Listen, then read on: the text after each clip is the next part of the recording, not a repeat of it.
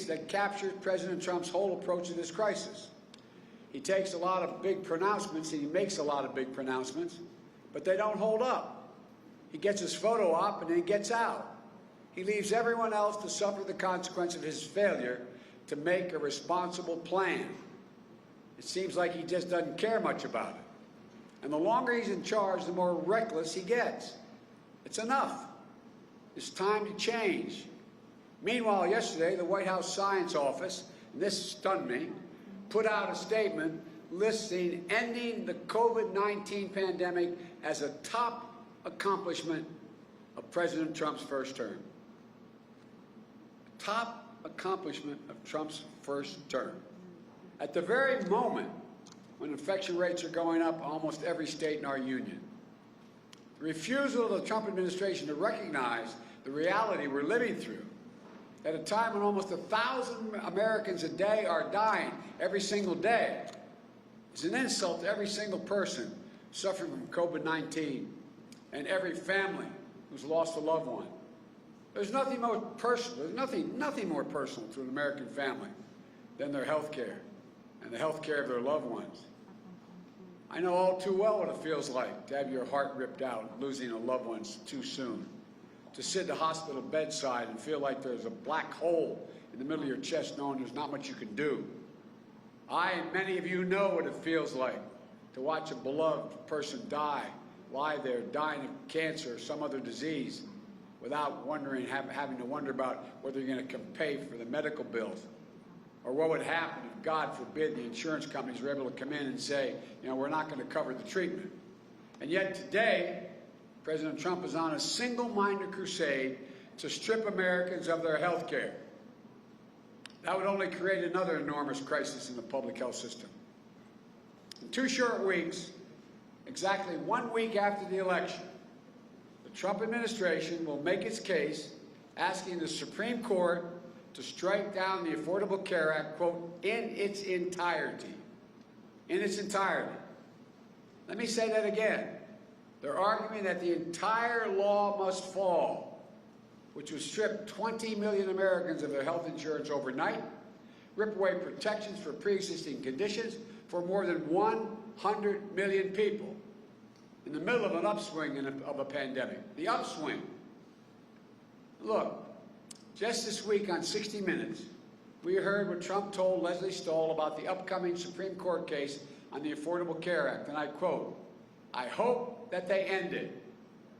It'll be so good if they end it," end of quote. There's no question. There's no question that's why President Trump nominated Justice Barrett to the court. And that's why the Republicans jammed her through in confirmation in the middle of an election. Republicans have tried and tried and tried since the Affordable Care Act was passed to overturn it, and every single time they failed. President Trump has tried everything he can on his own to sabotage the law.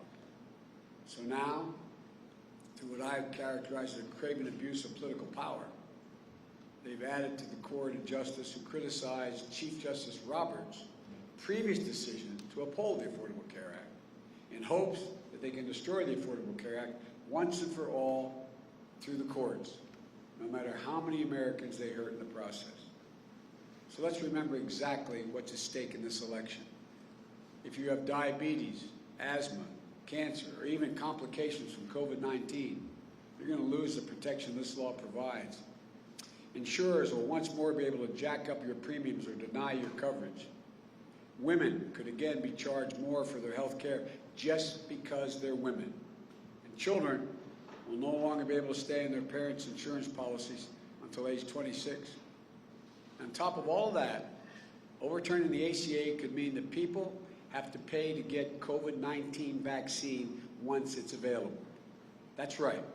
That's right. The law that says insurers are required to cover vaccines for free is the Affordable Care Act. And he's striking that down, attempting to. Unlike Donald Trump, I believe health care isn't a privilege. It's a right that everyone have access to it. This country can't afford 4 more years of a president who thinks he's only responsible for the well-being of the people who voted for him. We can't afford 4 more years of a president who, instead of fighting the virus, attacks doctors. I can't get over this guy. He attacked doctors claiming they're over-reporting COVID cases because they want to make more money. Doctors are over-reporting cases because they want to make money. You know, our doctors and nurses and our frontline healthcare workers are putting themselves at enormous risk every day. More than 1,000 of them have already died in an attempt to beat back this pandemic and save lives. They deserve to be treated with respect by their president. We can't afford 4 more years of a president who'd rather spend his time desperately trying to strip people of their health care than even once bother to put forward a health care plan on his own. We can't afford 4 more years of Donald Trump. The good news is we have a chance to turn this around by voting. We have 6 more days left in this election. The American people have it in their hands to put this country in a vastly different path. This is my commitment to you. I will protect and build on the Affordable Care Act so that you can keep your private insurance or choose a Medicare-like option. You can make it stronger. I'm going to make it stronger with your help to lower premiums and deductibles and out-of-pocket expenses. We'll bring down drug prices by almost 2/3 by taking steps such as allowing Medicare to negotiate with the pharmaceutical companies who are making billions of dollars, making the price lower. When they negotiate, Medicare says, we're only going to pay you X amount for the following medicines. That will lower prices drastically, making it available to everyone. We're going to make sure every American has access to free COVID-19 vaccine. This isn't beyond our capacity. Now, if we come together, we can stand together. If we stand together as the United States, Democrats, Republicans, and Independents, we can transcend old divisions and show what's possible. There's nothing beyond our capacity. There's no limit to America's future.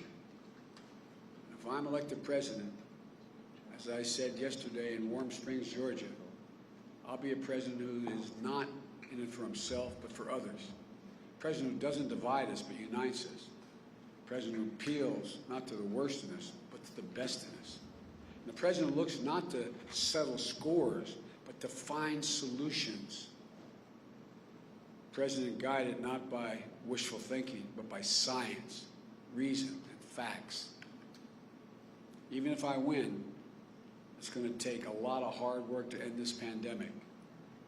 I'm not running in the false promise of being able to end this pandemic by flipping a switch. But what I can promise you is this.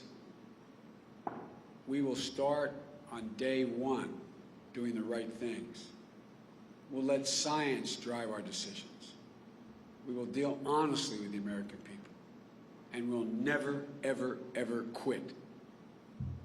That's how we'll shut down this virus, so we can get back to our lives a lot more quickly than the pace we're going at now.